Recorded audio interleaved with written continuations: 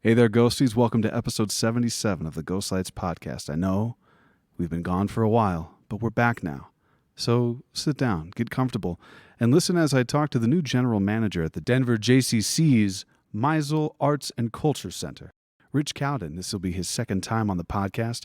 We're going to talk about the importance of theater teaching, especially, or more specifically, with the youth. We'll see what types of games we can play.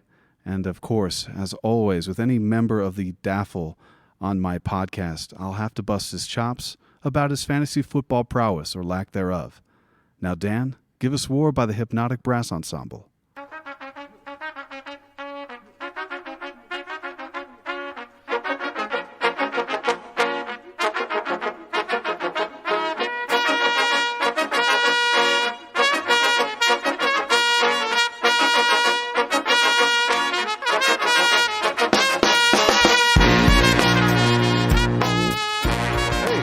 We're live now. Ladies and gentlemen, ghosties at home, we've got Rich Cowden, the general manager of Denver JCC's Meisel Arts and Culture Center in the house tonight. Rich, how are you? I'm great, Sammy. How are you, buddy? I'm doing very well. I'm glad to be back. I taught here last week, and yes, you did. As we're starting this new endeavor here, and I'll let me back up a little bit. As you're starting this new endeavor here, I was really excited about the opportunity to get you on and kind of talk about some of the things that you're doing. But before we do that, let's have a little Busker's Irish Whiskey, our unofficial sponsor today. Thank you, Busker. Thank you, Sam. Yes, cheers. Thanks, everybody. Slanta. It's nice. It's a little smoky. It's a little smoky. Yeah, but it's easy. So it's still, it's peaty. It's smoky. It's it's everything you could want. Absolutely, especially at the end of a shift. Indeed. Yeah, just do a nice little sip and start making dinner. Yeah. Or in this case, making a podcast. We are. Yeah. Same thing. It's dinner. Definitely. Yeah. Mm-hmm. It's food for the soul. Food for the soul is right. Food for the theatrical soul. Is how we like to say that. Yes. It's important. I don't know what accent I was about to do. Well, I don't know, but it might have been a new one. Yeah, it definitely. I need the script in my hands. Can I get Dan down here with the script, and I'll know just exactly any old what script to say? Yeah. Bring the cue cards a little closer. You might be able to tell we are inside an actual theater. An actual theater. We're inside the Elaine Wolf Theater. We're on the stage. This is hopefully going to be the home of the Ghost Lights podcast in the future. We wanted to make sure that we christened it correctly, but it is very nice to be back inside of a building and within 6 feet of each other without our masks on. Yeah. Yeah. Yeah, it's pretty amazing. Being in a theater, where there are people doing theater-related things, is pretty cool. Yeah, they're teching, they're running lines. Yeah, I mean, we'll talk about this in a minute, but they're doing all the things. Yeah, they're auditioning, they're writing, they're singing, they're dancing, they're moving around. It's very cool. It's unadulterated. We're back. We are back. Yeah. Yes. Thank goodness for getting vaccinated. Mm-hmm. Yay, science, huh? What about that? Exactly. Well, let's dive kind of right into this. Yeah. What is new about this general manager, this role that you're taking on? Well, I mean, okay. So for the Meisel, one of the things over the pandemic that Denver JCC did was do a lot of reorganization in house. Mm-hmm. A lot of the listeners and viewers would certainly recognize Steve Wilson from this role that he was in for many, many years as the executive artistic director of the Meisel. When they did some reorganization, the leadership here and the board felt that it was a good match to take the Meisel Arts and Culture Center, which is its own nonprofit functioning within the JCC's nonprofit. So it's sort of a business within a business. But they felt like there were some opportunities to make some cross-organizational programming and communication stronger. Mm-hmm. And so they brought the engagement programs into this team. So now we're arts, culture, community, and engagement. So that means that our team not only is responsible for programming in our theaters and around the arts and culture side, mm-hmm. but also the JCC's family engagement programs. So, and those go from prenatal to older adult senior citizen programming. So our team is tasked with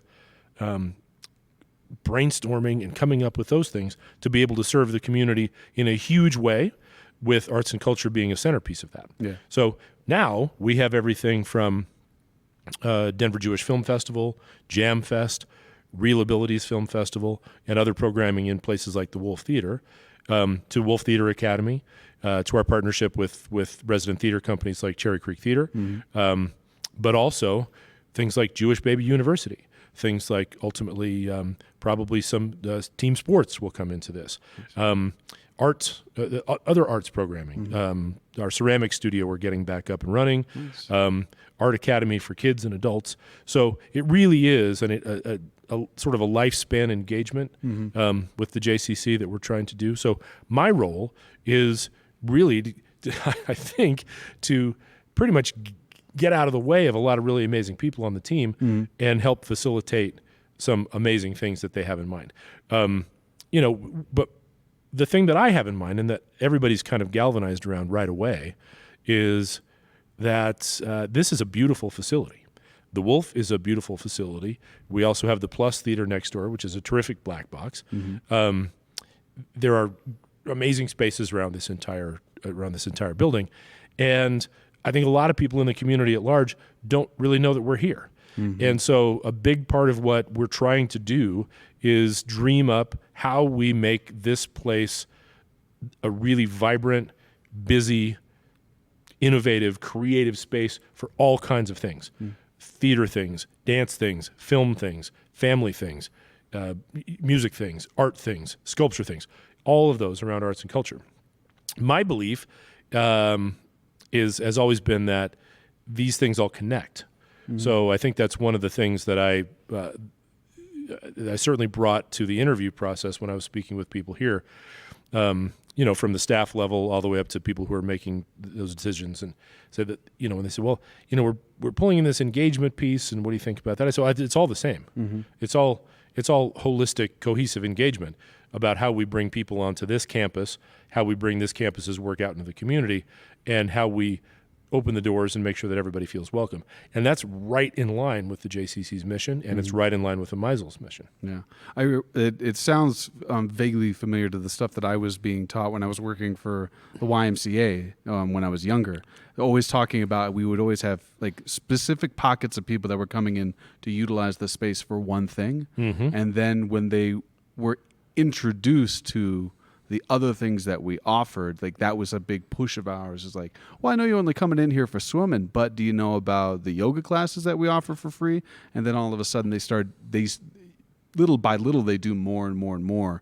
Is that similar along That's those exactly, lines? yeah. I mean, I think using the why as a model for people to get, I think is exactly right. So, yeah, it really is. And that's, I think, and you bring up a really great point, which is, what is the hook? So somebody might come in here for, a film for Denver Jewish Film Festival, but they might also run across, something else. We want, I know that the mission right now is to make the JCC a community center for everyone, where you can have touch points. I mean, we've got a great fitness center. We've got a terrific indoor tennis center. There's the arts and culture piece. There's the family engagement piece, early learning services, camps. I mean, it's all here. Yeah. And one of the things that's been really cool, I will tell you, I will have you know, I cannot Mr. Gilstrap, is that coming out of the pandemic, the timing is really good for this. And there is so much buzz around, current folks that do engage with the JCC in the community that's been supportive of this organization historically, but also I think in the community at large, there is great, enormous untapped potential, and there's a great appetite for reaching those people, and this is the time to do it because everything's starting back up, and as a new team, we're starting back up with the benefit of having the being able to lean on the wisdom of the institutional knowledge and memory, i.e., this is the way we've always done it, but also draw upon that without being burdened by it and be able to say, well, this is how we can do it now. So it's a really great opportunity. And there are so many new people around here, from the boardroom all the way down, to people like me.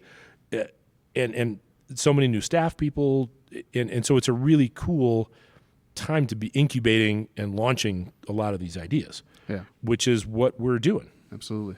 What are some of the things that people who have been mainstays at the JCC will look at and see as something familiar that you're trying to keep going here? Yeah, I mean, I think certainly from the Meisel perspective, a lot of that revolves around festivals. Mm-hmm. So, in the fall we have what's called the Jam Festival, and so the Jam Festival, we're in the middle, fast and furiously planning that. That Great involves, franchise. huh? Great franchise. Yeah, right. Yeah. Yeah. Mm-hmm. And so, Jewish artists, authors, music, and movies. And so we're in the process of planning all that right now. That'll launch in October and go through mid-December.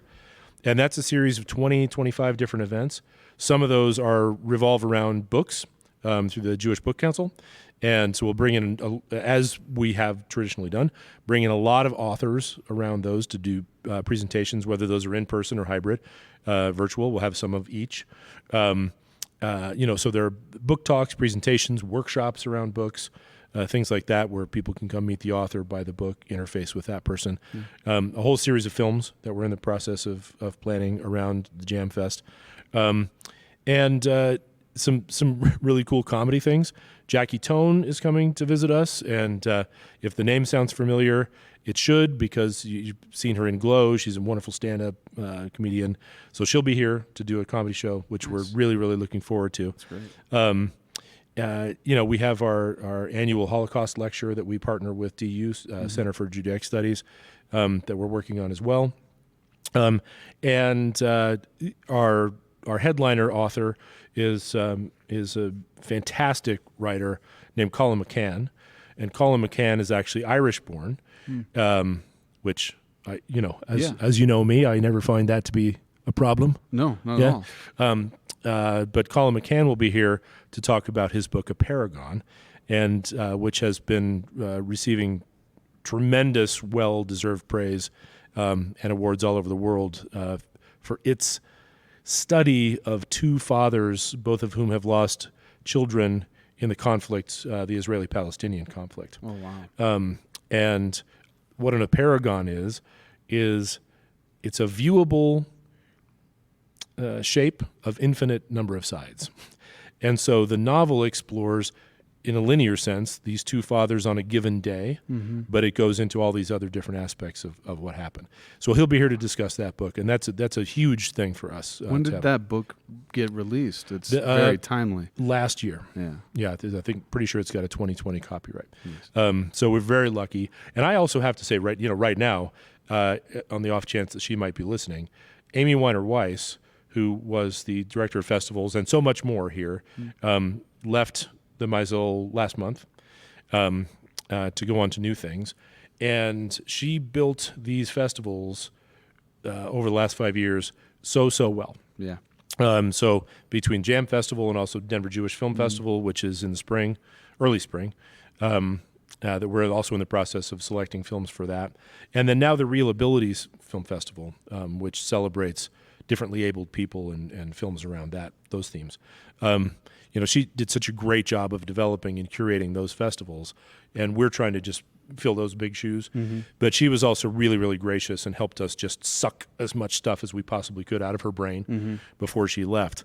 So a lot of this stuff was already put in place by Amy before she left, and we're just kind of going to reap the benefits of it. But we're also doing some other, different things with Jam. We want to have a more kind of focused kickoff event, so we're looking at some other different kinds of comedy avenues that we might be able to bring in to really have a celebration to launch the festival. Nice.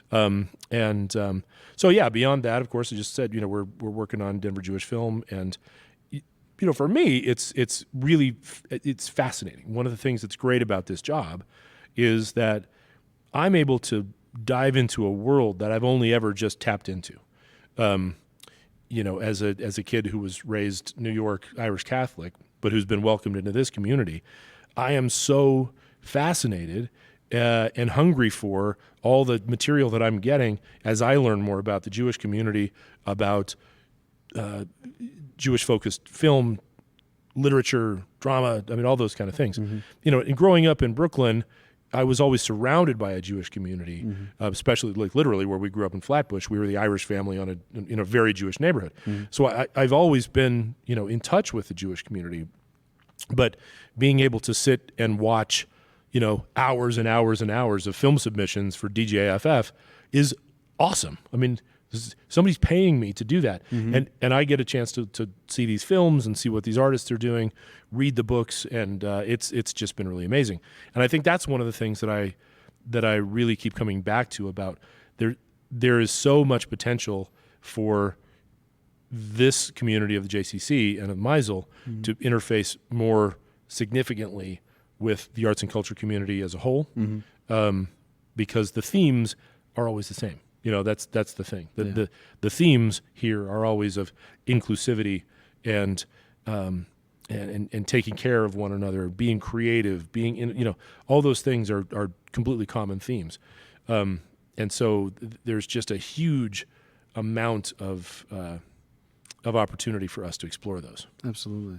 That's really cool to hear. Are you at liberty to kind of discuss some of the new projects, the outside of the box things you're hoping to bring to the table? Well, yeah, sure. Okay. If not, I mean, I'm going to have to kill you. Oh. Well, then let's Rubik's Cube, and I'll ask you about... No, that's fine. Okay. Yeah, I mean, and these are... so you got to understand, you know. Yeah. I mean, I've been on the job now about 2 weeks. I had a chance to spend a good bit of time with the team in June, you know, primarily via Zoom calls and stuff, just to try to get up to speed, so I didn't hit the ground with knowing nothing. Everybody was really good about that. But yeah, I mean, I think the overall vision is getting people in this building having amazing experiences, and so whatever we can do to make that happen is great. Nice. You know, we're kicking around ideas around, you know, being able to show live sports, for example, in this space. And how cool would that be for free events for the entire community, be able to come in here and watch a Bronco game, you know, with 400 people, you know, that kind of thing. And I think just broadening our scope beyond being purely festival focused. When we've got these 3 great festivals that are the you know, signature bits of our programming here and what we present. And those aren't going to go anywhere. We're just going to keep strengthening those. But beyond that, I think there is a lot of room for presenting different types of things, whether those are concerts, whether those are other films, whether those are live theater events, whether those are comedy things, whether those are public interest and civic engagement things. You know, and that's the civic engagement piece is something that I'm particularly passionate about, because I think that community centers and theaters are and should be and can be places where people can go and engage civically with one another around events of public importance through constructive discourse. I mean, especially these days, when there's so little of that. But you know, not to geek out too much on the theater historian within me, or the professor guy within me, but you know, one of the reasons that the Greeks built their amphitheaters the way they did, one of the reasons that the playwriting and theater festivals were structured the way they were, one of the reasons that the playwrights wrote the stories the way that they did, was they were civic lessons. They weren't just simply stories about mythology and about tragic heroes. They expressed and led to discourse around important civic topics. In other words, as a Greek, I mean, if you were a Greek that was allowed to go, we know that if you were a slave class or a woman, not invited, right? But generally speaking, if you were Greek, you went to the theater to learn how to be a better Greek. And those were the takeaways. The lessons there were powerful. You learned what happened if you transgressed against either natural or man-made law, right? I mean, so in that tradition of using the theater as a forum for civic discourse is thousands of years old, and it's not just specific to the Greeks. That happened all over the world. But I think that's one of the things that these days we lack a little bit. And I still also think that coming out of a pandemic, people will hopefully remember how much they need one another in person. Not just because, at Wendy's where I can go in and see the guy across the counter when I'm ordering my number 2, large sized with a lemonade, but the fact that we need each other in person in situations like this where we can come together in a communal shared experience that is significant and important and leads to conversation, in-person conversation around important topics. So not to get too much on the bandwagon, on the soapbox about that, but I really believe in gathering spaces and their ability to do that. And a few years ago, and you visited there, you were there in Vermont when I was up there working at Castleton University. We partnered with the Paramount Theater, where you got to perform as part of Bengal Tiger, and we came up with an entire 25 event series that led up to the election of 2016, all of which had to do with the nexus of arts and culture, entertainment, and civic engagement. And we had events, we would show the debates on the big screen. We had very famous pundits pop up from New York to talk through those things, people from New York Times, people from NBC, Doris Kearns Goodwin, amazing people like that.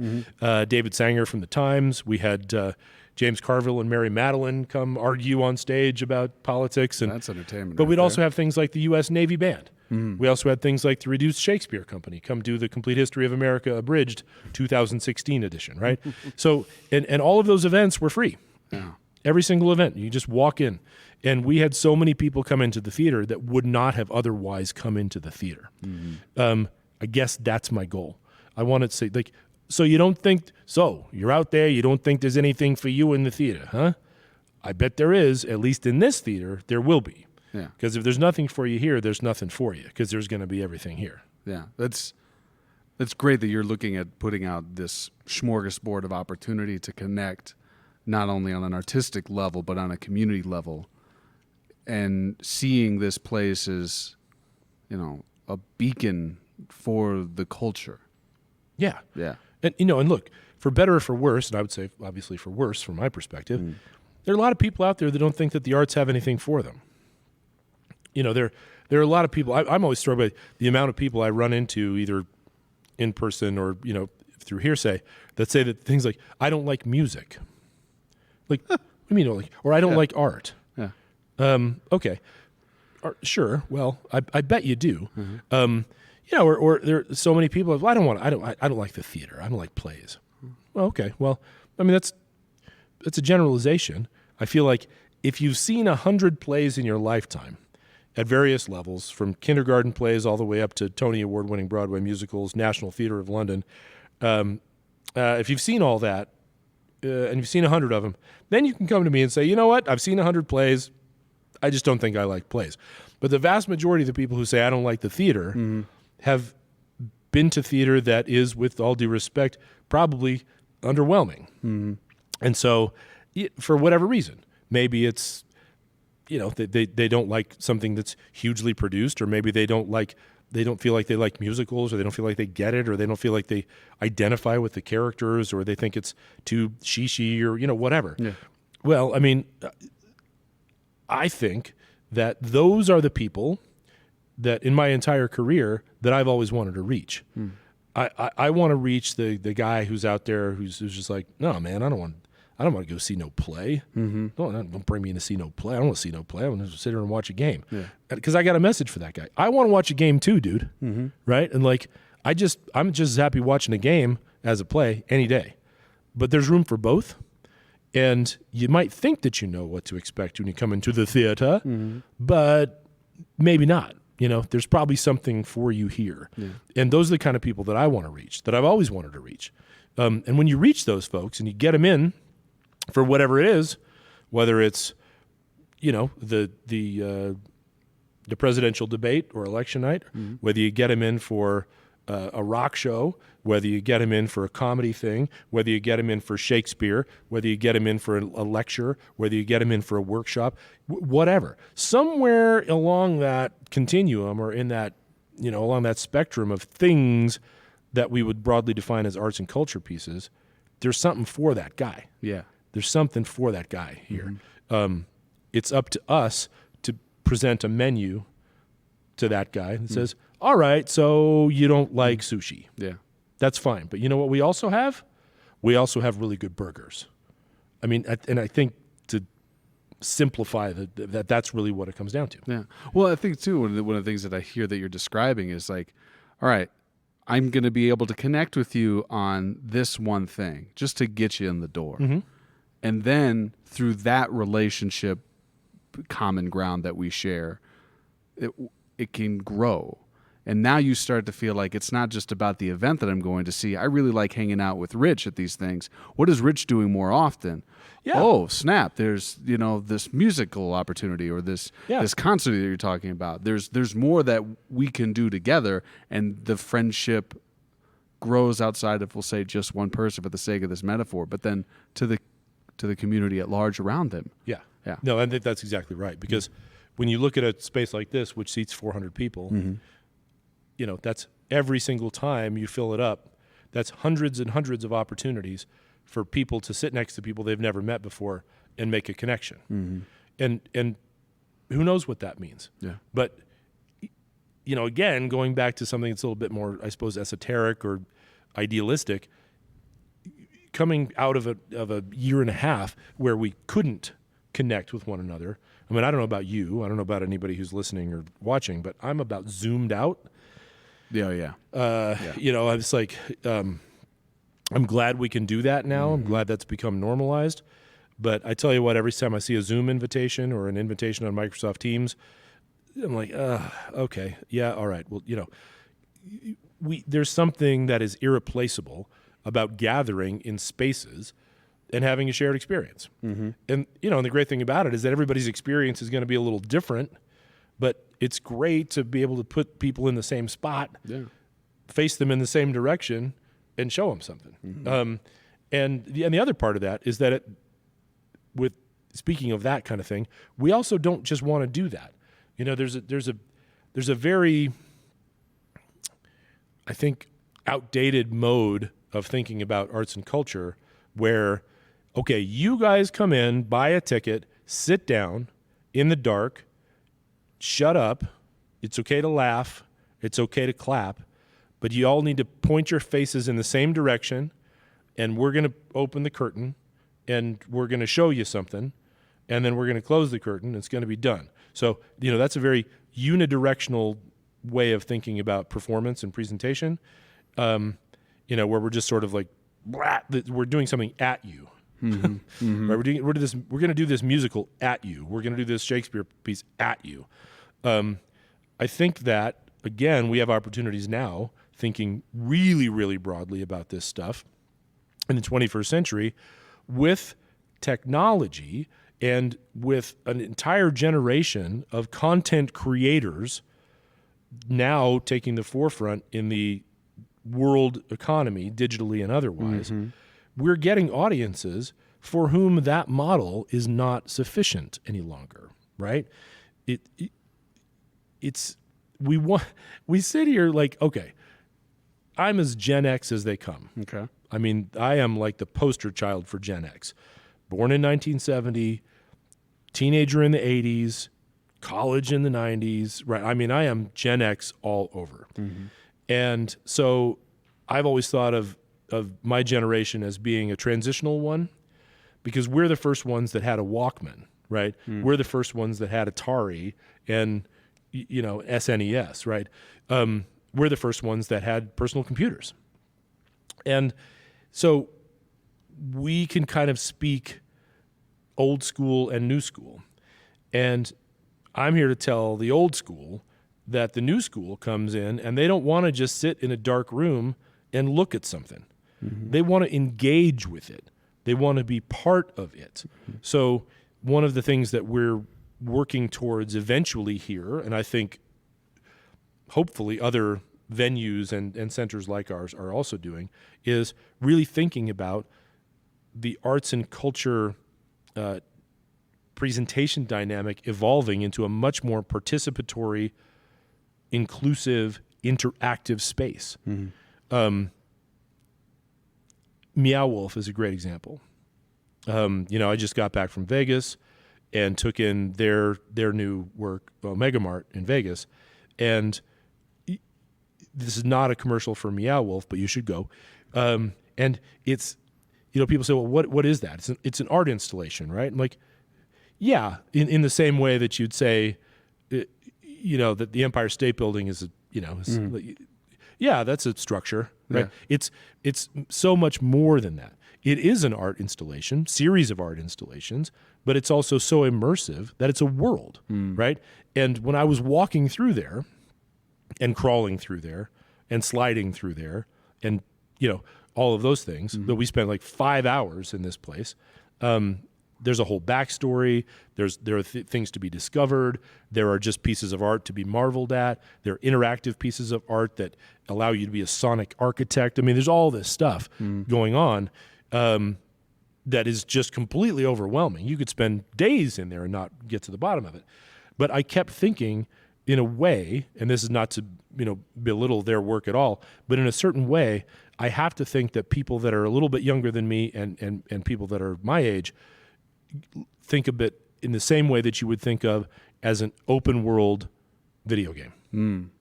You know what I mean? Yeah, absolutely. Like, remember, like the first open world video game you played on PS3 or PS4, and all of a sudden, Skyrim, great example, right? Yeah. So a game like Skyrim, you pop in, it gives you a little bit of context, a little bit of background, and then it basically says go. Yeah. And then you just explore, and you avail yourself of things, and you're interacting with things, and depending on which way you go, it changes your experience. I mean, that is the way that people have grown up now.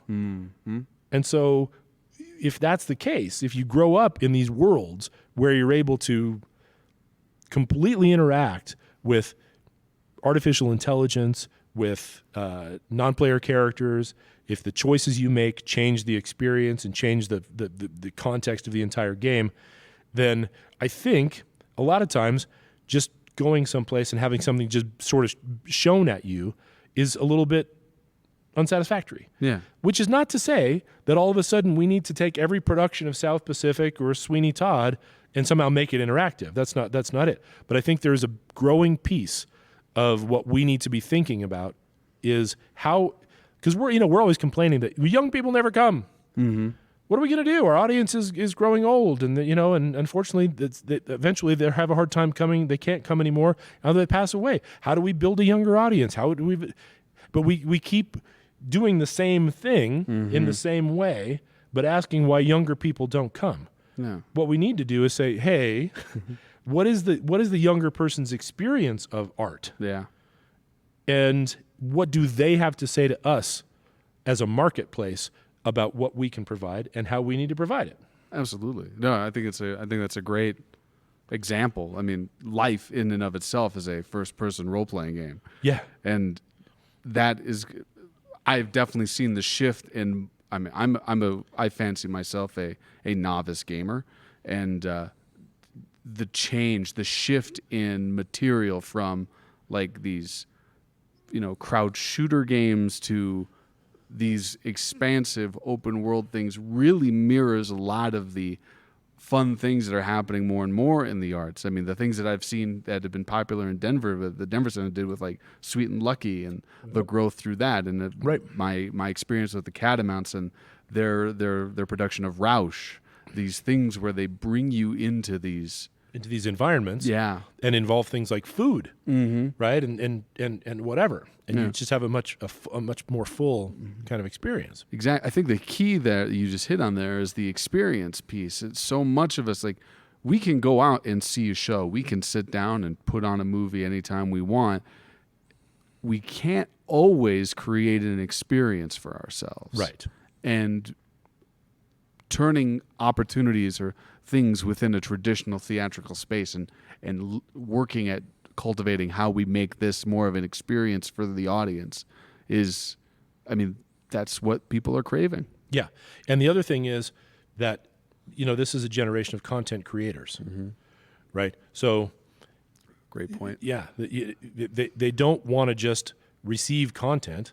They want to create content. Yeah. This is a generation of people for whom, I remember when I was like 13, 14, my friend Scott got a video camera.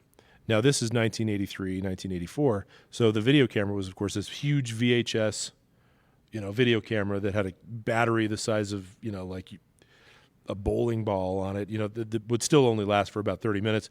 And, and we'd schlep that thing around all over town making movies that we couldn't edit. Like we'd have to figure out a way to shoot these movies more or less in sequence or whatever. Like we had no capability whatsoever, but we wanted to make movies, man. So we made a lot of movies that were just horrific. And even at the time, we knew they were horrific, but we didn't have a film studio. We didn't have access to audio tools. We didn't have access to editing tools. We certainly didn't have access to SFX tools or CGI tools. I mean, no. Whereas now, you have all those tools on your phone. Yep. Yeah. And so, and I'm a guy with 4 kids, 23, 16, 13, and 8. And every single one of those engages with technology in that way, in some sort of meaningful way, creating content. So, Finn, my 8-year-old. Yeah. So Mr. Finn is out there with the phone making TikToks. He's got a TikTok account that, of course, we have protected. But see, he still has, I don't know how many followers Finn has on TikTok, a slew of them, because he makes these ridiculously funny videos where he uses filters and his particularly twisted sense of humor to make all these videos, right? And whether he's playing the drums or whether he's like doing something with the dogs or whatever, so a kid like that, it's hard when that's been the reality in which he has been raised, in which the environment in which he has been socialized. Then, we wonder, well, why can't these kids sit still? Well, I mean, there it is, right? Yeah. So how do we engage the 8-year-old? How do we engage the 13-year-old and the 16-year-old and the 23-year-old, everybody in between and everybody beyond in such a way that is a meaningful experience to them? And that's, I think there are organizations out there that are cracking that code. We want to be in that conversation too. Absolutely. I want to steer us in a different direction. I think we're kind of scratching on the surface here. Last week I was working in the audition intensive, and now you're doing a musical intensive here right now with some youth that have been coming through the JCC for some time. Yeah. What are kind of the things that you love about teaching theater, the arts, and where do you kind of want to take that here? Well, I mean, that's a really good question. Last week when you first started the audition class, and you were gracious enough to ask me to come in and do a little bit of chunk of that the first day, I have to tell you, in all honesty, that it was the first time I had taught or directed anything, in person since before the pandemic. Oh, yeah. And I mean, really, the last thing I did was direct Hunchback of Notre Dame at Candlelight, and that was 2019. So it had been a long time, and it was really fascinating because the first thing that happened to my little brain was it went, "Oh yeah, that's right. This is what you do." Like, because I've been teaching and directing in the theater for a long time. It's like 30 years. That's very strange, but it's like that. Oh, since you were 7, huh? Yeah, since slightly before I was born. But for me, it just hit. I was like, that's what I love to do the most, by far. And so that has been great. First of all, for me, just personally, just being able to, like we said, get back in here with people and do the thing. Yeah. It's just really great. But as a teacher, I've always felt like that my number one agenda item is preaching the gospel of the thing. I love to teach theater appreciation class to a lecture hall filled with 100 people, all of whom are there under duress because they needed it for their general eds and it was the only thing available, right? Yeah. Give me that class every time, because I'm going to convert 75% of those people over the semester, because that's what I love to do, because I believe in this thing. I believe in the power of this thing to change people's lives, to make people's lives better. And so everything that I do as a teacher, whether that is with college students, whether it's directing professionals, whether it's working with high school kids or even little kids, everything that I do centers around that one thing. It always has to be, it should never be assumed that this thing is cool and special. You have to say that out loud. This thing is cool and special. Absolutely. You know, it's amazing, and here's why. And so, just getting a chance to work with these kids over the last couple of weeks, who, by the way, every single kid in the music theater class was in the auditions class, and that's been a really fun piece of continuity to observe because now they know how to work with each other. You know, we have 7th grade all the way up through senior and high school in there, and they are one unit. They are supportive of each other. They're willing to take chances and risks. It's very, very cool. A lot of that came out of the work from last week. But, you know, just getting a chance to work with them, I always try to make as many connections as possible without overwhelming people. But some of those things, I mean, many of the best pieces of advice that I got back in the day were things that either didn't make sense, I didn't understand, or sometimes I rejected because, you know, I was young and I knew everything. And they didn't bloom until years later. So you're planting seeds, but you're also making connections. And connections between, like, a theater exercise and the show we're doing. You know, for last week, we did some exercises, very simple things, but then bringing that back to ask the question, what does this have to do with auditioning? Well, I'll tell you what it has to do with auditioning. Making those connections, or even better, creating or facilitating the environment where people can make those connections for themselves. Where then that's why I love working with this age group, because they're developmentally primed for that, where they're just like, oh, that does connect. Or sometimes, I don't think that connects. It's okay, just put it in here. Just put it in the back of your head for a while. Forget about it. Yeah. It'll bubble back up later on. Absolutely. So, you know, making those connections, making it relevant, and then also one of the things that I always do is, especially with young people, and this also goes through people in college, you know, most of these people are not going to be professional artists or actors or theater people. Most of them are going to do not because they're not talented. They are. It's just most of them statistically are going to opt for other things. You know, fine. In the same way that you take the kids from 4-H, and not everyone's going to end up being in some sort of agricultural field, right?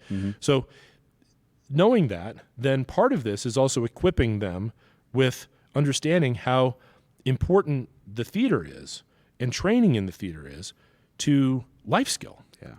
Because I mean, we could spend 50 podcasts on this, but I'm down. I need the content. that's right. And now we're at Ghost Lights podcast 777. We've had Rich Cowden on for the last decade. We're very old men, and we're out of whiskey. You know, Someone help.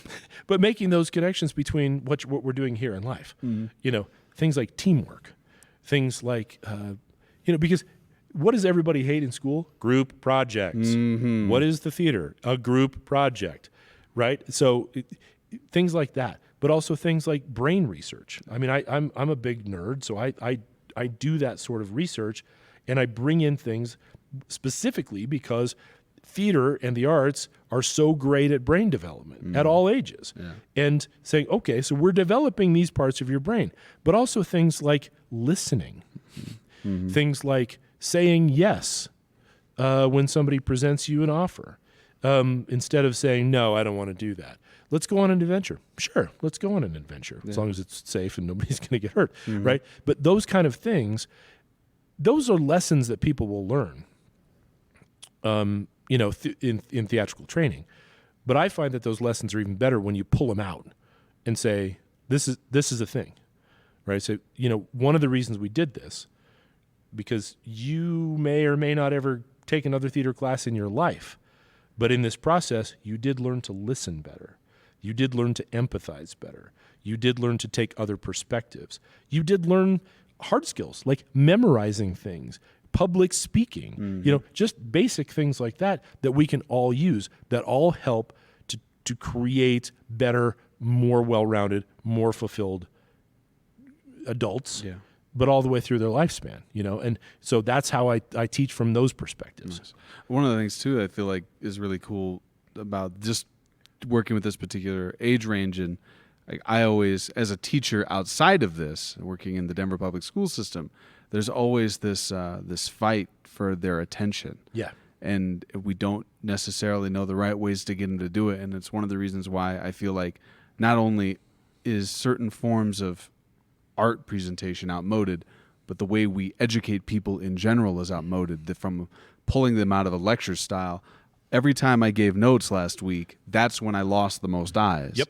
Whenever they were up on their feet and actually doing something, even if they had the script in their hands, I always had them engaged. Even the kids that, developmentally and physically had a lot more energy that they needed to burn and utilize at their bodies, they would pay attention in those moments more so than when I just had them sit down in the dark and write down what they needed to work on. Mm-hmm. Yeah, the way we were taught, right? Mm-hmm. Just we're gonna crack your head open, pour a bunch of knowledge in, and then put it back. Mm-hmm. Yeah, and that's an interesting thing with this dynamic with this same group, because we're building our own musical review. Yeah, we have 7 performers, and we didn't know, because of so many things, uncertain things around here and in the world at large, if we were going to be able to have any version of the Wolf Theater Academy this summer. So fortunately, our friend Dan, who's up there running the board, hello Dan Ribb, and you and some other people said, let's do something. Yeah, we're not going to probably have a 40-person musical this summer, but we can do something. Yeah. And so the big question was, what is that thing? And the auditions class came out of that, and so did this modified music theater class. We said, well, you know what? We're going to take whoever signs up, and we're going to create, develop, write, and present our own musical review, which is what we're doing. So we're using existing musical repertoire as songs from all kinds of musicals and all kinds of places, but the storyline we're creating as we go. And it's about, we're wrapping it around this idea of being true to your identity and also emerging from a dark time, right? So what happens in this show that we're creating is 7 young people find themselves in a theater. They don't know each other. They don't know why they're there, and they discover they're not able to leave. And over the course of the hour and a half of the show, they discover that what they have to do to leave is to engage in some degree of expression of the person that they are that may not always be the person they present. So it's about owning your identity, standing up, letting your freak flag fly, whatever, just expressing this part of you that is something that you don't usually get to express. And when they figure out that they can do that, they do that through music. Yeah. They do that through movement, right? And then eventually they're able to go because they've found the key. The key to get out is that, right? Is making something, is creating something, is expressing something. Yeah. But what's interesting is that process requires us to sit around and have a lot of discussions at the table in addition to singing and dancing, because there's no script. Like, we're making it up as we go. But you're right. I have had to be very adaptable, because after about 45 minutes of that, these guys they're super engaged. These kids are amazing. Oh, know they are. Yeah. But even them, hardcore, they're all about it. 45 minutes in or something like that, then we're starting to, so we got to change the station. And that's fine. That's a good thing. And it's a good thing for me as a director or a teacher, because then I go, yep, I need to change the station. Probably time to change the station. Yeah. Let's change the station. Absolutely. Yeah. We got to do a lot of changing the way we think, and not just about how we get prepared to create something, how we create it, how we talk to people about it. And in something like this, we have to change the way we think about what a director/teacher is actually responsible for. Yeah. And I think what it is a facilitator of an experience. And the great thing about this, creating something from scratch, is that none of us know where it's going to go. Yeah. We're going to know by the end of the week. It's a 2-week process. We'll have a performance at the end of next week. But we'll know by the end of this week basically what the structure of this show is. And then they'll have stuff to work on next week. But it's a really great journey because we're all taking that journey together. I mean, I have some things that I have set up as basic parameters or basic, constructs of this, so we're not just all over the place because we don't have that much time. But beyond that, it's me And those 7 people, and also Blake Nawa and Terrell Davis, who are doing music direction and choreography, respectively, just kind of sitting around going, okay, what if? And that's really the thing that's fun. And I think those are the 2 most powerful words in the English language. What if? What if we did this? What if we did that instead of we can't? So, I mean, I think it's really cool. But it is, again, for me, it's a fantastic reentry. It's intense.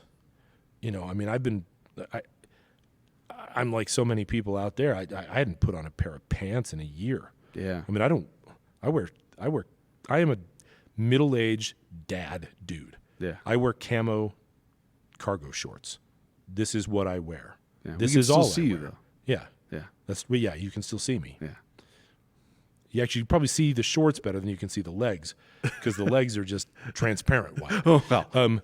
But it's just been a big adjustment. It's like 0 to 60 because I was working from home, and I was working very independently, and I left a really good team at Colorado Conservatory of Dance, people whom I love dearly, for a different kind of challenge, because I knew that I needed to ratchet up the intensity. Yeah. And yes, sir, that is what I have done. Yeah. Nothing that we're talking about here seems like we're just dipping a toe into the JCC waters here. Oh yeah, it's cool. One of the things that I learned a long time ago about gifted kids is that gifted kids sometimes have a really hard time making choices for career paths and things like that, because they could do a lot of different things, and they like a lot of different things. But sometimes gifted kids get what they need, and that's like, okay, how about do all of those things at the same time? And I'm working with a whole team of gifted kids, right? Gifted kids here on stage, but also my colleagues. They're all gifted kids, and so they're all overachievers. They're all amazing at what they do. So we just had a staff meeting today where we're like, okay, we can't do everything all at once. We want to, we feel compelled to, we put pressure on ourselves to do that because we're achievers, but we can't. So the biggest challenge for us in a lot of ways is not getting everything done. It's not getting everything done. Like we need to pull the reins a little bit, because otherwise we'll all be burned out in a month. Yeah. Because we're just going hardcore. But it's so much fun, and there's so many different things to do that we're all about it. Well, I had a conversation with my production god, Dan Ribb, yesterday, talking about time in relationship to what I'm trying to accomplish with the multitudes of content pushing that I'm trying to do. And not feeling like I have to get it done in the next month. Right. And having somebody else tell me that is like, oh, okay, yeah, I guess I don't have to do that. Yeah. You're right. We can still get it done. There's a way to get that stuff done, but let's do it once the time allows, as it becomes available to us to knock it out, as opposed to trying and forcing it. When we do that, it's usually not going to be the most enjoyable experience. Nor is it going to be the best quality, right? I mean, and so that's always a consideration. We want to do our best work. So what are the conditions in which we can do our best work? They're not always completely frenetic and fast and frenzied. Yeah. Sometimes they're a little bit... sometimes you got to put stuff off that you really want to do. And if you've got a lot of things you really want to do, you're going to end up putting some stuff off, because you can't, like you said, you can't do everything now all at once. So how do you pick and choose? Yeah. You want to make sure that you do allow yourself that grace period, though, because when you are urgently trying to stuff, quote unquote, a ballot, of your time, that's where you get the most burnt out, because there's that personal resentment that creeps in, that I can't get this done. Why am I even trying? And it's not the quality that I wanted. This is a complete bust. When if you just dialed it back in certain places and focused on the things, as we talked about on the first day of my class last week, things that we can control. Exactly. Yes. We are in Say stereo. it together now. Yeah, that's exactly right. And I'm very, very fortunate because I've got a great support system at home. I've got a great life coach who, despite her dubious taste in men, has otherwise really, really great judgment. They like me though, so They do. Yeah. That's probably yet another episode of the podcast. Well, let me rephrase. She tolerates my existence. Well, now, yeah. But it's great because that I have that other voice in my ear, the voice of my better angels, who just says, "Okay, hey cowboy, slow down. Like you're gonna get it all done. Yeah. You don't have to get it all done now. Maybe you should sleep more than 2 hours tonight. That'd be good. Yeah, which would be great. Because I'm not when I get something in my head, then like I'm notorious when I'm directing a show, I get completely just inundated in that because I'm thinking about every little thing, whether it's measure 37 and are we going to take a vamp there, or should that be a sash, or should that be a belt, or how are we going to manage the time because we got to fit in 2 hours of choreography. How are we going to move this metal bed? Yeah, why did we ever decide to design that way? And those things, they just consume me, but they consume me over 6 weeks. And the show is open and I can let them go. The challenge with a job like this for a brain like mine is that the show doesn't open. The show never opens. You're always in rehearsal. Yes. So I'm having to relearn what that's like on a sustainable basis. So I can, at some point over a 24-hour period, let it go for a while. And I know that a lot of people that listen to this podcast, because I know a lot of the people that listen to this podcast can empathize with that, because that's tricky, where we just go, this is, it's so important and it's so urgent. But you're not doing yourself any favors if you don't get a rest once in a while, if you don't stop and smell the flowers, if you don't go have a beer with your friends, if you don't take your kids to the park, those kind of things. But those are, for me, just some of the challenges. And I know, based on the nodding and stuff that was kind of going around the staff meeting today, that I'm working with people that are like that. So we're talking about how we have time, like you said. We don't have to make all this happen now. We're going to make a lot happen now, and we're going to make a lot more happen over time. But we have to also take care of each other so that we can remain a team of people that are healthy and engaged and passionate, and people aren't starting to be resentful either of the place that they work or themselves, or they feel like they're racked with guilt and all of these things that as artists that we deal with all the time. Those can't be allowed to, if we want to do all the amazing things we want to do, those cannot be allowed to overwhelm us. Before I start transitioning away from the pod, and we got to talk about fantasy football. We got to talk about fantasy football. I do want to. What type of? First of all, would you like to direct again through this place in your career? Oh, very, very much so. Okay. Yeah. And I think that's time and place. When there are a lot of other things that have to happen first.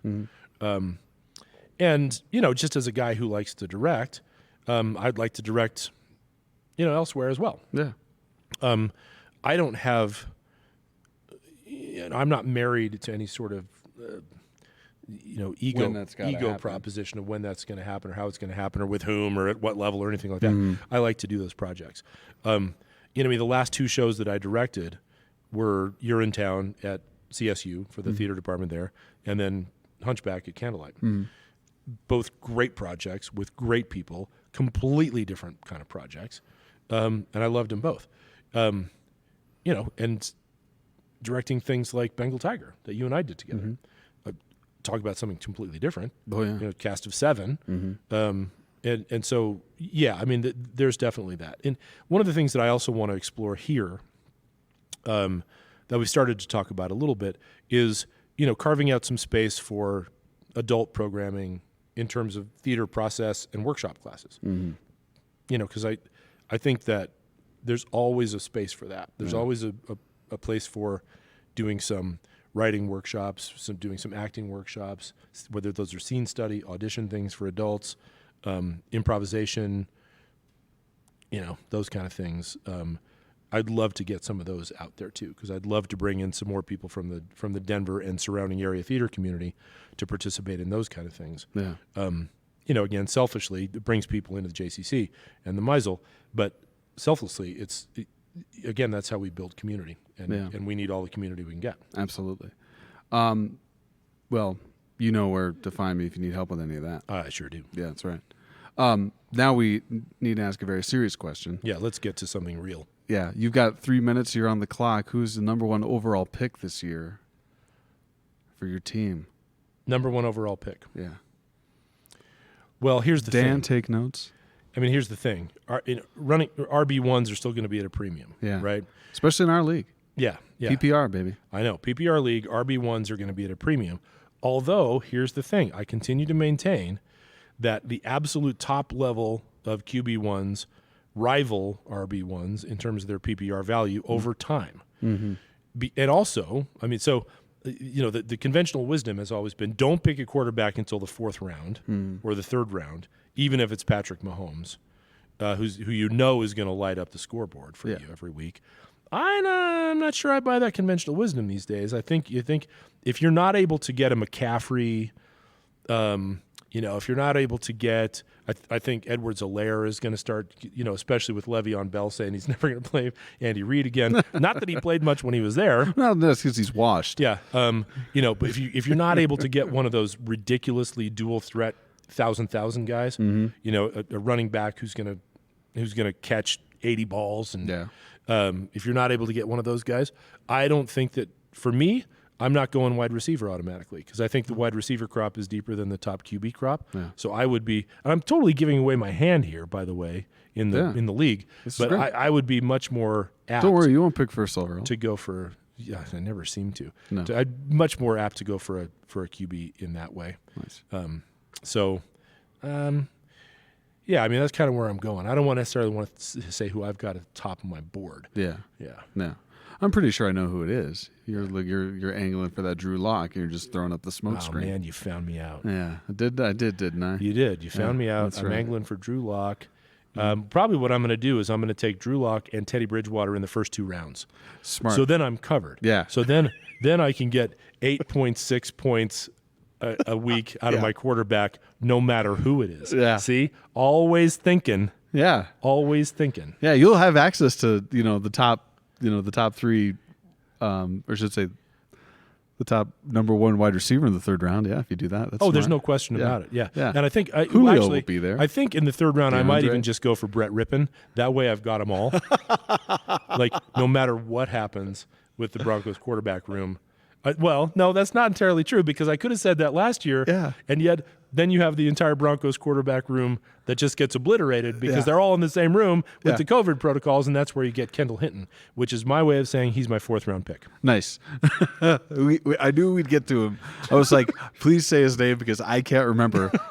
That poor guy. The Denver Broncos did not necessarily set him up for success like we try to do here at the Meisel Arts and Culture Center. That's very, very, very true. Yeah. What I do hope, though, this year is that everybody can have more fun, because it's still, I think the jury is still out on what this whole preseason thing is going to look like, with less games, with a 17-week schedule, with reduced training camps. I still wonder about the NFLPA's wisdom on this, because I just have to believe that the injuries that we saw last year were directly correlated to the lack of training time, lack of OTAs, lack of mandatory camps, shortened training camp, and a limited preseason. Nobody wants to see 4 preseason games any less than I do. Yeah. But if it creates guys that are healthy for the regular season and beyond, then let's play 4 preseason games. But we're not, so we'll see. Anything that the NFL does when they consider health and safety protocols of any nature, I'm always like, And then there's CTE. Yeah. Right. Yeah. Well, anyway, I mean, my brain is fine. And I'm back. Sorry. Sometimes I just kind of zonk out there on you. Yeah. I know the feeling. All the blows to the head I've taken on the stage. Yep. Yeah. Usually when we get to this point of the podcast, I ask, what is that ghost light you wish was left on for you? But in your position here now, I'd ask you, what is that ghost light that you want to leave on for the community you're trying to reach? Like, what is your sales pitch on what they're going to expect, what they can expect here? That's great. I think the sales pitch for what to expect here is,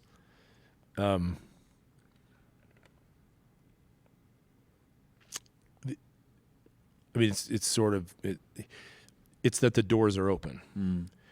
You know, we're working to get back to full capacity in the spaces. We're working to fill this place with programs and events that are, like we said a while ago, that there's something for everybody here. And all of these things are completely contingent upon the people who are doing them. And what I would also say in terms of a sales pitch is that there is no better place where people are doing the thing than here. The people here are remarkable. And we just want to we want to facilitate amazing experiences for people. Absolutely. That go both directions. Great. Well, Rich, thank you so much for sitting down and having this conversation with me and letting me in on your draft plan, as it were. Good luck to you with Drew Lock going number 1 overall. I think people are going to be surprised. Yeah. How bad he really is this year. 8.6 points a game. Yeah, maybe. We should put that in the spreadsheet. If he scores over that, we all have to make a donation to the Denver Actors Fund. But still, my favorite was the draft 2 years ago, when who was it that always drafts exactly the wrong guy? Oh, man. And drafted Lamar Miller in the second round, or the first round. Might have been the first round. Drafted Lamar Miller, and then immediately after we make that pick, we look up and the ticker says, "Breaking news: Lamar Miller down season-ending ACL." It was like seconds after the draft. That was I've never had it that bad. That was Bradley. It was Bradley. Yeah, Wasn't it? Bradley drafted Lamar Miller. We were with the preseason game in which Lamar got hurt was on in the back corner. I was like, Yep. Lamar's down on the ground holding his knee. Just so you know, your first round draft picks. Oh, and Luke had drafted that, right? Yeah. So shout out to Bradley and Luke, and really shout out to Andrew Luck and Lamar Miller, because we know you're listening. Yeah. We send you all our best. Yeah, thanks for the tweets and the well wishes, you two. We're the Ghost Lights. We're here for everybody. We talk about theater. We talk about sports. We talk about nothing. Yeah. Sometimes we just zonk out and just create a whole bunch of dead air, because that's content too, damn it. All right, everybody. We're going to sign off now. It's episode 77 of the Ghost Lights podcast. Please like and subscribe. Tell your friends. I'm trying to make experiences here for your ear holes. That's right. Now, Dan, do the damn thing.